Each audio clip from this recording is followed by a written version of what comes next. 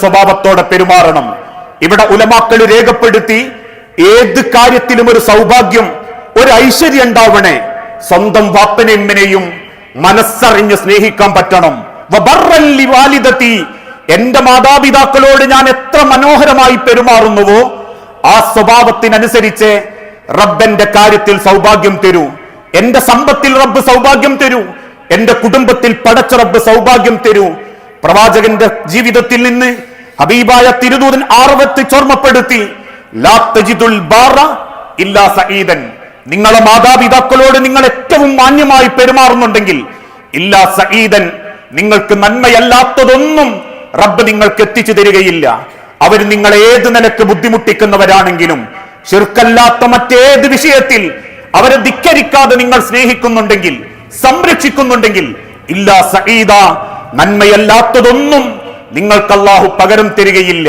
അവരെ നാവ് നിങ്ങൾക്കെതിരെ തിരിഞ്ഞാലും, അവർ നിങ്ങളെ ശത്രുക്കളായി കണ്ടാലും, മാതാപിതാക്കൾ എന്ന ബഹുമാനത്തോടുകൂടി നിന്റെ മാതാപിതാക്കളെ നീ സംരക്ഷിക്കുന്നുണ്ടെങ്കിൽ, ആ നാവുകളെക്കാൾ നിന്നെ സംരക്ഷിക്കാനുള്ള കടമ അള്ളാഹു ഏറ്റെടുത്തു കഴിഞ്ഞിരിക്കും.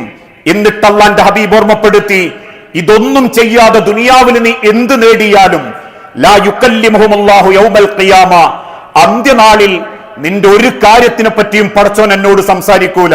ഈ വാരിക്കോരി കൊടുത്തു, എവിടെ നിന്നൊക്കെയോ സമ്പാദിച്ചു, കുറെ പള്ളി ഉണ്ടാക്കി, കുറെ യത്തീംഖാന കൊടുത്തു, ലാ യുകല്ലിമുഹുമുല്ലാ, സ്വന്തം മാതാപിതാക്കളെ വേദനിപ്പിച്ചിട്ടാ നീ എന്ത് ചെയ്തതെങ്കിലും അല്ല നിന്നോട് സംസാരിക്കുകയില്ല. വലാ യൻളുറു ഇലൈഹിം, നീ ചെയ്ത വലിയ നന്മന്റെ ഭാണ്ഡവുമായി നീ വന്നാലും ശരി, അല്ല നിന്റെ നേരെ നോക്കാനും പോണില്ല. വലാ യുസക്കീഹിം വലഹും അദാബുൻ അലീം, ആ പണം കൊണ്ട്, സൗഭാഗ്യം കൊണ്ട് നീ എന്തൊക്കെ ചെയ്തു കൂട്ടിയാലും അതെന്നെ സംസ്കരിക്കൂല. നാട്ടുകാരെനിക്ക് വില തരും, ഈ വാരിക്കോരി കൊടുക്കുന്നോനാ, ഈ ഭയങ്കര സംഭവ, എല്ലാ കാര്യത്തിലും മുന്നിലുണ്ടാകും, ഏത് കാര്യത്തിന് വിളിച്ചാലും എന്നെ കിട്ടും, ഈ ഭയങ്കര ഇസ്ലാഹി പ്രവർത്തകനാ, ഈ ഭയങ്കരമായിട്ട് പള്ളിയായിട്ട് ബന്ധമുള്ളവനാ എന്നൊക്കെ ആളുകൾ എന്നെ പറ്റി പറയും. വലാ യുസക്കീഹിം, എന്റെ മനസ്സിൽ പടച്ചോനൊരു തസ്കിയത്തും തരൂല. വലഹും അദാബുൻ അലീം, അവർക്ക് നിന്ദ്യകരമായ വേദനയുള്ള ശിക്ഷയും അള്ളാഹു കാത്തുവെച്ചിട്ടുണ്ടാകും. ഒരു മനുഷ്യന്റെ ജീവിതത്തിൽ റബ്ബിന്റെ സൗഭാഗ്യം ലഭിക്കണമെങ്കിൽ റബ്ബ് പറയുന്ന രണ്ട് കാരണങ്ങളാ. ഒന്ന്, വിശുദ്ധ ഖുർആനുമായി നിരന്തര ബന്ധം. രണ്ട്, മാതാപിതാക്കളോട് ഏറ്റവും മനോഹരമായ പെരുമാറ്റം. ഇത് രണ്ടും എത്രത്തോളം നമ്മളെ ജീവിതത്തിലുണ്ട് എന്ന് ചിന്തിക്കണം. സ്വന്തം മക്കളിൽ നിന്ന് നല്ല വാക്ക് കേൾക്കാൻ ആഗ്രഹിച്ചിട്ട് മരിച്ചുപോയ മാതാപിതാക്കളാണെങ്കിൽ അവസാന സെക്കൻഡിലെങ്കിലും ഒന്നടുത്തിരുന്ന ഒരു കപ്പ് വെള്ളം വായിലേക്ക് ഒഴിച്ചു കൊടുക്കാൻ പറ്റാത്ത നിർഭാഗ്യവാന്മാരാണെങ്കിൽ, നാട്ടിലുണ്ടായിട്ടും നമുക്കതിന് സാധിക്കുന്നില്ലെങ്കിൽ വലിയ പരാജയത്തിലേക്കാണ് നമ്മളെ പോക്ക്. എന്തൊക്കെ നേടിയാലും അവസാനം ഒരാശങ്ക, ഒരു കുറ്റബോധം, ഒരു നീറുന്ന മനസ്സ്, അതേത് കാര്യത്തിൽ അല്ല തരുന്നു എന്ന് ചോദിച്ച പടച്ചോൻ തന്നത് വലുതാണെങ്കിലും അതനുഭവിക്കാനുള്ള സൗഭാഗ്യം ഉണ്ടാവൂല. ആ തിരിച്ചറിവാണ് അള്ളാഹുവിന്റെ ദുനിയാവിൽ നമ്മെ ജീവിക്കാൻ പ്രേരിപ്പിക്കേണ്ടത്. അള്ളാഹു എനിക്ക് തന്നതിൽ റബ്ബിന്റെ ഒരു സൗഭാഗ്യം വേണം. അതൊരു ഉറുപ്പിയാണോ റബ്ബ് തന്നത്, അതിൽ പടച്ചോന്റെ സൗഭാഗ്യം ഉണ്ടായാൽ മതി. നമ്മളൊക്കെ പറയാറില്ലേ, മാസം 15,000 രൂപ ശമ്പളം വാങ്ങുന്നവന് സന്തോഷത്തോടെ ജീവിതം കൊണ്ടടക്കാൻ പറ്റുന്നു, 50,000 വാങ്ങുന്നവന് എവിടെ എത്താത്ത അവസ്ഥയും വരുന്നു. കാരണം പടച്ചോൻ തരാൻ പലതും തരും. അതിൽ സൗഭാഗ്യം ഉണ്ടാകണമെങ്കിൽ, ഐശ്വര്യം ഉണ്ടാവണമെങ്കിൽ അത് അള്ളാഹു തന്നെ തീരുമാനിക്കണം. കുറെ പൈസ ഉണ്ടാവലല്ല ഐശ്വര്യം, അല്ല തന്നതിൽ. അതുകൊണ്ടാ ഒരു കാരക്കയുടെ 8 കഷണത്തിൽ 8 കുടുംബം തിരുദൂതന്റെ കാലത്ത് ജീവിച്ചു. ഇന്ന് ഒരു പെട്ടി കാരക്കയുണ്ടായിട്ടും അവനാന്റെ വീട്ടിലും സമൂഹത്തിലും ഒരു സമാധാനം കിട്ടുന്നില്ലെങ്കിൽ ഐശ്വര്യക്കുറവാ. പൈസ ഉള്ളൂ പലർക്കും, വലിയ വീടേ ഉള്ളൂ പലർക്കും, വലിയ ജോലിയേ ഉള്ളൂ പലർക്കും. ഐശ്വര്യം പടച്ചോൻ തന്നിട്ടില്ലെങ്കിൽ റബ്ബിനോട് ചോദിക്കണം, നാഥാ എനിക്ക് തന്നത് ചെറുതാണെങ്കിലും വലുതാണെങ്കിലും അതിലൊരു സമാധാനം തരണം, അതിലൊരു ഐശ്വര്യം ഉണ്ടാവണം, അതിലൊരു സൗഭാഗ്യം ഉണ്ടാവണം.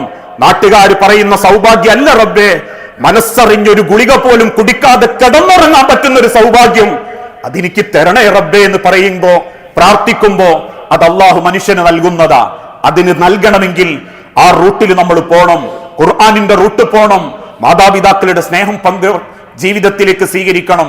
അങ്ങനെ ചിന്തിക്കുന്ന യഥാർത്ഥ മുഅ്മിനീങ്ങളിൽ അള്ളാഹു നമ്മളെ എല്ലാവരെയും ഉൾപ്പെടുത്തി അനുഗ്രഹിക്കുമാറാകട്ടെ.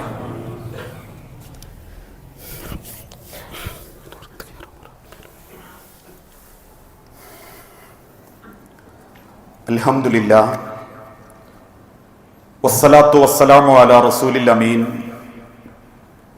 വഅലാ ആലിഹി വഅസ്ഹാബിഹി അജ്മഈൻ അമ്മാ ബഅദ്. യാ അയ്യുഹന്നാസ് ഊസിക്കും സാനിയം ബിതഖ്വല്ലാഹ്. ജീവിതത്തിന്റെ ഒരു രംഗത്തും അള്ളാഹുവിനെ മറന്നുപോകരുത് എന്ന് എന്നോടെന്ന പോലെ നമ്മളിൽ ഓരോരുത്തരോടും വസിയത്ത് ചെയ്യുകയാണ്, ഉപദേശിക്കുകയാണ്. അള്ളാഹു നമുക്ക് നൽകുന്ന ഏതൊരു കാര്യത്തിലും അതിലെനിക്ക് ഐശ്വര്യമുണ്ടാകണം റബ്ബേ എന്നുള്ള ഒരു സൗഭാഗ്യ തീരുമാനം റബ്ബിന്റെ അടുത്ത് നിന്ന് നമുക്കുണ്ടാകണമെങ്കിൽ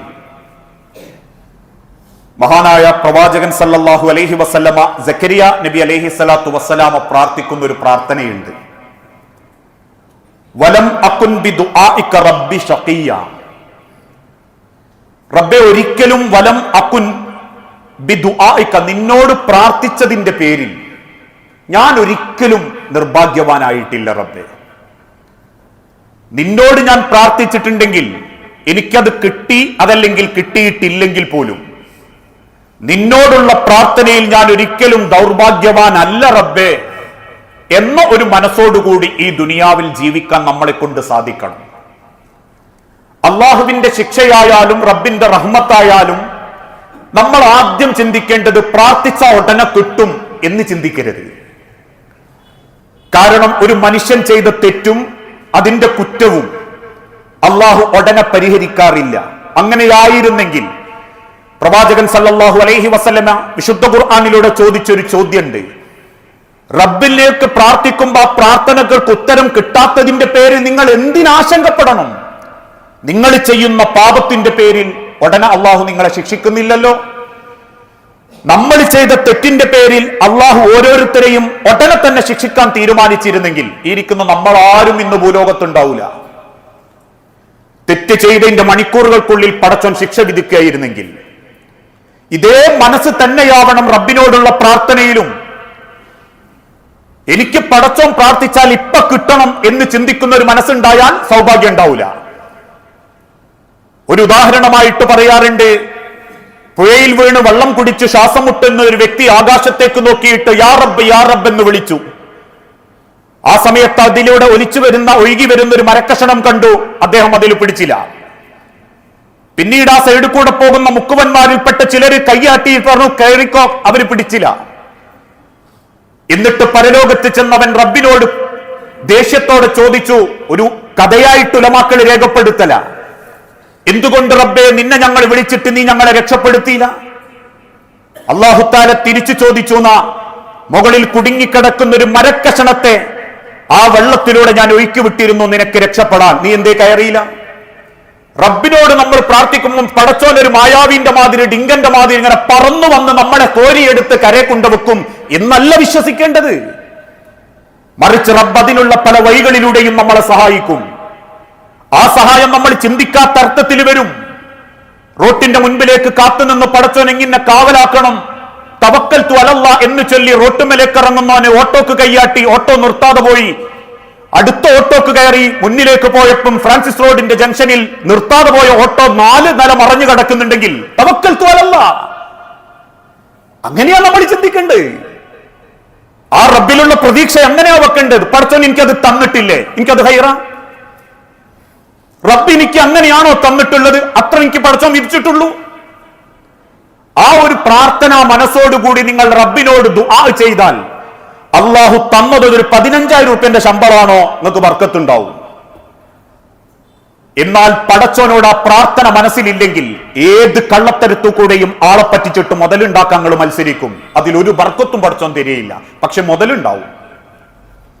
അവിടെയാണ് അള്ളാഹുവിന്റെ പ്രവാചകൻ സല്ലല്ലാഹു അലൈഹി വസല്ലം ഓർമ്മപ്പെടുത്തിയത്, ഏതൊരു കാര്യം നിങ്ങൾക്ക് ജീവിതത്തിൽ കിട്ടിയാലും ഒരു സെക്കൻഡിന്റെ മില്ലി സെക്കൻഡിനുള്ളിൽ നിലച്ചു പോകുന്ന ഒരു ഹൃദയം തുമ്മിയതിനു ശേഷം അൽഹംദുലില്ലാഹ് തിരിച്ചു പിടിച്ചു കിട്ടി എന്നൊരു വാക്ക് പറയാൻ റസൂലുള്ളാഹി പഠിപ്പിച്ചത് അതുകൊണ്ടാ. അത് കേൾക്കുന്നവർ പ്രാർത്ഥന മനസ്സോടെ പറയണം, യർഹമുക്കുമുല്ലാഹ്. കാരുണ്യം കിട്ടിയതാണോ? ഒരു സെക്കൻഡ് എന്റെ ഹൃദയം നിലച്ചു വീണു. ആ നിലച്ച സമയത്ത് എന്റെ തുമ്മൽ വന്ന് അതെനിക്ക് കിട്ടില്ലോ, യർഹമുക്കുമുല്ലാഹ്. കേട്ടോൻ തിരിച്ചു പറയും അൽഹംദുലില്ലാ യഹ്ദീക്കുമുള്ള അനക്കും പഠിച്ചോൻ അങ്ങനെയൊക്കെ തരട്ടെ, ആയുസ് നീട്ടി തരട്ടെ, ഹൃദയം ഇനിയും ഇടിക്കട്ടെ. ഇതൊന്നും പറയാൻ നേരല്ലാത്തവനും ആർക്കോ വേണ്ടി തുമ്മുന്നവനും തുമ്മലും വലിയ ബേജാറായിരിക്കും, ആശങ്കപ്പെടുത്തും. ഇതെന്തേ ഇപ്പം തുമ്മല് മാറാത്ത്, ഇതെന്തേ ഇപ്പം മൂക്ക് കുടുങ്ങി എന്നോൻ ചിന്തിച്ച് ശൈത്താന്റെ പിന്നാലെ പോവും. ഏത് കാര്യത്തിലും പടച്ചോൻ ഒരു ബർക്കത്ത് ഉണ്ടാക്കുമെന്ന് ചിന്തിക്കുക. അത് ഹലാലായ ഹക്കായ നിലക്ക് നീങ്ങിയിട്ടാണ് ആ അള്ളാഹുവിന്റെ തീരുമാനം വരുന്നതെങ്കിൽ അതൊരിക്കലും എനിക്ക് നഷ്ടാവൂല എന്ന് ചിന്തിച്ചാൽ ഏത് വിഷയത്തിലും പടച്ചോൻ ഒരു സൗഭാഗ്യം തരും. അതുകൊണ്ടാ പ്രാർത്ഥിക്കാൻ പഠിപ്പിച്ചതും അല്ലാഹുമ്മ ഇന്നി അസ്അലുക്കൽ ഹുദാ, റബ്ബേ നീ എനിക്ക് സന്മാർഗം തരണം, വത്തുഖ ഭയഭക്തി തരണം, വൽ അഫാഫ സ്വയം നിയന്ത്രിക്കാനുള്ള ഒരു കഴിവ് തരണം, വൽ ഇന ഏത് കാര്യത്തിലും ഒരു ഐശ്വര്യവും തരണം. എനിക്ക് സ്വയം നിയന്ത്രിക്കാനുള്ള ഒരു കഴിവ്. ആരെ കണ്ടിട്ടും എന്റെ തീരുമാനം മാറരുത്, അവന് കിട്ടി ഇവൾക്ക് കിട്ടി, ഓൽ അങ്ങനെ ചെയ്തിട്ട് ഇങ്ങനെ കിട്ടി, ഗാനമേള നടത്തിയിട്ട് അവിടെ പരസ്യം കൂടി, ഇവിടെ ഇങ്ങനെയൊക്കെ ഇട്ട് കയപ്പിച്ചിട്ട് ആൾക്കാരെ പറ്റിച്ചിട്ടും കോടികൾ ഉണ്ടാക്കി, അവിടെ ഞാൻ ഇങ്ങനെയൊക്കെ അള്ളാനെ ഭയപ്പെട്ട് ചെയ്തിട്ടിട്ട് എന്റെ ഷോപ്പിൽ ആള് കയറുന്നില്ല എന്നല്ല ചിന്തിക്കേണ്ടത്. പടച്ചോനെ നിന്നിൽ ഉറച്ചു നിന്നൊരു തീരുമാനം എടുക്കാനുള്ള ഒരു മനസ്സ് എനിക്ക് തരണം. വൽ അഫാഫ വൽ ഇന അതിൽ എനിക്ക് ഐശ്വര്യം ഉണ്ടാവണം. എനിക്ക് കിട്ടുന്ന ചെറിയ ആണെങ്കിലും അതിൽ എനിക്കൊരു ഐശ്വര്യം ഉണ്ടാവണം. എങ്കിലേ ദുനിയാവിൽ പടച്ചോൻ തന്നതിൽ റാഹത്തോടെ ജീവിക്കാൻ പറ്റൂ. അല്ലെങ്കിൽ പലരും അങ്ങനെ ഒരു ചര്യ പോലെ ജീവിക്കും, നീക്കുന്നു കുളിക്കുന്നു തിന്നുന്നു ഓടുന്നു എന്തൊക്കെയോ ഉണ്ടാക്കുന്നു, അതിന്റെ അടുക്ക് കുറെ സുക്കേട് വരുന്നു, വേറെ ചിലർ എന്തൊക്കെയോ വാരിപ്പിടിക്കുന്നു, സ്വൈര്യവും സമാധാനവും ഇല്ലാണ്ട് അതിന്റെ ടെൻഷൻ അടിച്ച് ജീവിക്കുന്നു. നമ്മളെ ജീവിതം പടച്ചോൻ തരുന്നത് ഒരു 60-70 വയസ്സിന്റെ അടുക്കാണെങ്കിൽ ആ ദിവസങ്ങൾക്കിടയിൽ പടച്ചോൻ തിരിച്ചു വിളിക്കുന്നത് എന്നായാലും ശരി, അതുവരെ പടച്ചോൻ തന്നയിൽ മനസ്സറിഞ്ഞൊന്ന് സമാധാനപ്പെട്ട് ജീവിച്ചു നോക്കി. അതാണ് ദുനിയാവിൽ ഒരു മനുഷ്യനെ തൊട്ട് അള്ളാഹു ചിന്തിക്കുന്നതും പടച്ചോൻ നമുക്ക് കാണിച്ചെന്നതും. അല്ലാണ്ട് ദുനിയാവ് വെട്ടിപ്പിടിക്കാനും ഇവിടെ സമാധാനമല്ല ഓടാണ്ടും ഉള്ളതെല്ലാം വാരിപ്പിടിച്ചിട്ട് അവനാന്റെതാക്കാനും വന്നോലല്ല ഞാനുങ്ങളൊന്നും. 100 കൊല്ലം പോലും തികച്ചു ഇവിടെ ജീവിക്കാൻ വന്നോലല്ല. ആ തിരിച്ചറിവാണ് മനുഷ്യരെ സമാധാനം. അങ്ങനെ ജീവിക്കുന്ന ചിന്തിക്കുന്ന യഥാർത്ഥ മുഅ്മിനീങ്ങളിൽ അള്ളാഹു നമ്മളെല്ലാവരെയും ഉൾപ്പെടുത്തി അനുഗ്രഹിക്കുമാറാകട്ടെ. റബ്ബെ, അറിഞ്ഞും അറിയാതെയും ഒരുപാട് തെറ്റുകുറ്റങ്ങൾ സംഭവിച്ചു പോയിട്ടുണ്ട് നാഥ. എല്ലാം വിട്ടുപുറത്തു മാപ്പാക്കി നിന്റെ സ്വർഗത്തിൽ ഇതേ രൂപത്തിൽ നീ ഞങ്ങളെ ഒരുമിപ്പിച്ചു കൂട്ടണമേ. മക്കളില്ലാതെ പരീക്ഷിക്കപ്പെടുന്ന ഇണകൾക്ക് മക്കളെന്ന അനുഗ്രഹം നൽകി ഓരോ കുടുംബങ്ങളോടും നീ കാരുണ്യം കാണിക്കണമേ നാഥ. ചെറുതും വലുതുമായ പല അസുഖങ്ങളിലും ഏറെ മനസ്സ് വേദനിച്ച് ജീവിക്കുന്നവരുണ്ട് നാഥ. എല്ലാ അസുഖങ്ങളും എളുപ്പം ശിഫ നൽകി ആരോഗ്യത്തോടെ ആഫിയത്തോടെ ജീവിക്കാൻ നീ തൗഫീക്ക് നൽകണമേ. അല്ലാഹുമ്മ ഗ്ഫിർ ലിൽ മുഅ്മിനീന വൽ മുഅ്മിനാത്ത് അൽ മുസ്ലിമീന വൽ മുസ്ലിമാത്ത് അൽ അഹ്യാഹു മിൻഹും വൽ അംവാത്ത് ഇന്നക മുജീബുദ് ദഅവാതി യാ ഖളിയൽ ഹാജാത്ത്. അല്ലാഹുമ്മ അഇസ്സൽ ഇസ്ലാം വൽ മുസ്ലിമീൻ വദില്ല ശിർക വൽ മുശ്രികീൻ. അല്ലാഹുമ്മ അജിർനാ മിനൻ നാർ, അല്ലാഹുമ്മ അജിർനാ മിനൻ നാർ, അല്ലാഹുമ്മ അജിർനാ മിനൻ നാർ. അള്ളാഹുവെ, പ്രാർത്ഥിക്കണമെന്ന് വസിയത്ത് തന്നവരുണ്ട്. സഹോദരൻ ഹാറൂൻ ക അടക്കം നിരവധി ആളുകൾ നിന്റെ പരീക്ഷണത്തിന് വിധേയരായി ഹോസ്പിറ്റലിലാണ് നാഥ. എളുപ്പം ആഫിയത്തും ഇസ്സത്തും നൽകി ദീർഘായുസ്സോടെ ജീവിക്കാൻ ഓരോരുത്തർക്കും തൗഫീക്ക് നൽകണമേ. നേരിടുന്ന പരീക്ഷണങ്ങളിൽ ക്ഷമയോടെ മുന്നോട്ട് പോകാൻ ഓരോ കുടുംബങ്ങൾക്കും വ്യക്തികൾക്കും നീ തൗഫീക്ക് നൽകണമേ. മരിച്ചുപോയ സഹോദരീ സഹോദരന്മാർ, മാതാപിതാക്കൾ, മക്കൾ, ഭാര്യമാർ, ഭർത്താക്കന്മാർ എല്ലാവരുടെയും ഖബർ നീ വിശാലമാക്കുകയും നിന്റെ ജന്നാത്തുൽ ഫിർദൗസിൽ നീ ഞങ്ങൾ ഒരുമിപ്പിച്ചു കൂട്ടി അനുഗ്രഹിക്കുകയും ചെയ്യണമേ നാഥ. നീ നൽകുന്ന അനുഗ്രഹങ്ങളിൽ തൃപ്തിയോടെ ജീവിക്കാനും നീ നൽകുന്ന അനുഗ്രഹങ്ങളിലെ ബർക്കത്തോടുകൂടി ആസ്വദിച്ച് ജീവിക്കാനും ഞങ്ങൾക്ക് ഓരോരുത്തർക്കും നീ തൗഫീക്ക് നൽകണമേ. അല്ലാഹുമ്മ അൻസുർ ലിഗസ്സ റബ്ബനാ അതിനാ ഫിദ്ദുനിയ ഹസന വഫിൽ ആഖിറതി ഹസനത വഖിനാ അദാബന്നാർ. ആമീൻ.